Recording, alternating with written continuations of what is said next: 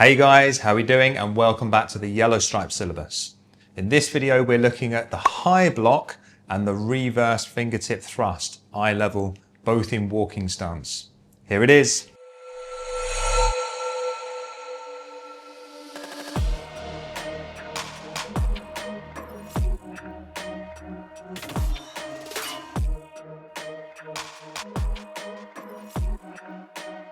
Okay, so the high block we've seen before. We know how to do this from the white belt syllabus. The fingertip thrust is new, but either way, we'll cover both properly just in case anybody hasn't seen the white belt syllabus. We're performing this in walking stance. Here's a quick recap on walking stance.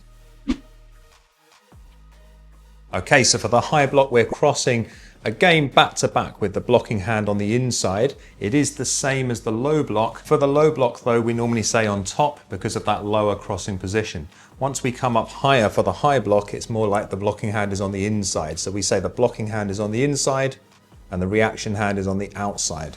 We're blocking across into position for that high block. So remember to rotate your shoulders, rotate your hips into the movement. It's not just a flick of the arm. We're finishing eye level. So just check that the top of your knuckles are level with your eyes. Make sure that we're not bending our wrist. We're in a half facing position for that high block. So shoulders off center, roughly 45 degrees. Careful not to flare that elbow out too much. So the elbow is in line with the shoulder and there's a slight inward angle to your hand. Making sure both hands rotate into position, so the blocking hand rotates on impact, the reaction hand rotates back onto your hip. So the fingertip thrust, we're looking for this position with our fingers. The idea of this is that you're striking with your longest three fingers at the same time.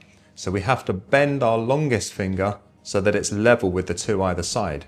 Be careful not to rest your finger on top of the other two, that would be incorrect. So it goes on the inside. Squeeze that longest finger with the two either side. Keep the thumb bent and pulled in. Remember the pencil rule. So imagine there's a pencil or a pen clamped between your thumb and your fingers. This keeps tension in the palm. This is a high strike, so we're aiming to the high section of the body. For uniformity while we're practicing in class, everybody aims to the center line. The reaction hand should be treated the same as when you do a reverse punch. So we have to make sure that we extend that reaction hand so that it rotates back onto our hip.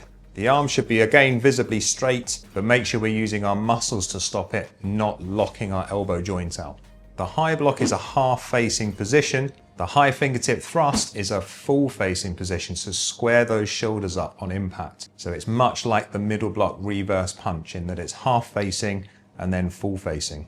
Again, with these double movements, use it as an opportunity to demonstrate your understanding of sine waves. So down, up, down into that first block, and then down, up, down into that fingertip thrust. We should be landing everything at the same time. So try to hit the target as your heel hits the floor. Make sure that we're not stepping and then striking or striking and then stepping. But most commonly people tend to step and then they strike. Okay, and that's it for the high block reverse high fingertip thrust in walking stance. Awesome job guys, and see you in the next video.